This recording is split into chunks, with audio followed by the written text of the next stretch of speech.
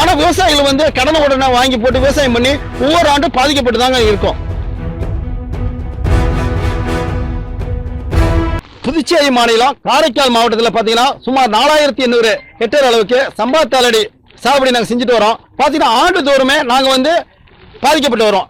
அந்த வடகிழக்கு பருவமழை ஆரம்பிச்சாலே நாங்கள் வந்து பாதிக்கிறோம். இது காரணம் வந்து ஒரு சரியான முறையில் அதிகாரி மத்தியில் ஒரு அதிகாரி கொண்ட ஒரு குழு அமைச்சு ஒரு திட்டமிடுதலே கிடையாது.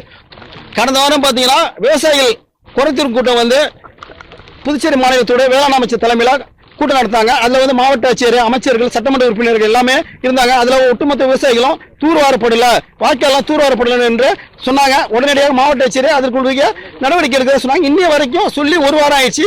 ஆனா அவங்க எல்லாருமே நேரடியா இதோட பாதிக்கப்பட்ட ஏரியாவுக்கு வந்து நேரடியா பார்த்தா மட்டும் தான் தெரியும். அதிகாரிகள் சொல்றதை வச்சு அவங்க பேப்பர் ரீதியா ஒரு லெட்டர் எழுதி கொடுத்துட்டு அதை அப்படியே முடிச்சு அந்த ஃபைலை க்ளோஸ் பண்ணிடுறாங்க. இதனாலதான் ஏற்படுது. நேரடியா கள ஆய்வுக்கு அதிகாரிகள் சரி இருக்கக்கூடிய மாவட்ட ஆட்சியர் நேரடியா ஆய்வு பண்ணா மட்டும்தான் இதுக்கு வரும். இவங்க அதிகாரி கீழே இருக்கக்கூடிய அதிகாரி சொல்றதை வச்சு அவங்க மேல இருக்கக்கூடிய செக்ரட்டரி லெவல்ல அவங்களுக்கு சொல்லி முடிச்சிடுறாங்க. ஆனா விவசாயிகள் வந்து கடனை உடனே வாங்கி போட்டு விவசாயம் பண்ணி ஒவ்வொரு ஆண்டும் பாதிக்கப்பட்டு தாங்க இருக்கும். கீழவேலி 39 வந்து 5 வேலி பாதிக்குது. இதோ வந்து பாருங்க, எல்லாம் முழு லெவலில் நிற்கிது. என்ன பண்ண போறோம்னு தெரியல. எல்லாம் விறப்பு தான், விறப்பு அடிச்சது எல்லாமே முடிவெடிச்சு சுத்தமாகவே 5 வேலி பாதிச்சிருக்கு. வேரியில் இங்கே வேலை செஞ்ச வண்டியை வச்சு அப்போவே அதை கிளியர் பண்ணியிருக்கலாம். அது என்ன எதனால் விட்டாங்கன்னு தெரியல, சரியாக கவனிக்கல போல்.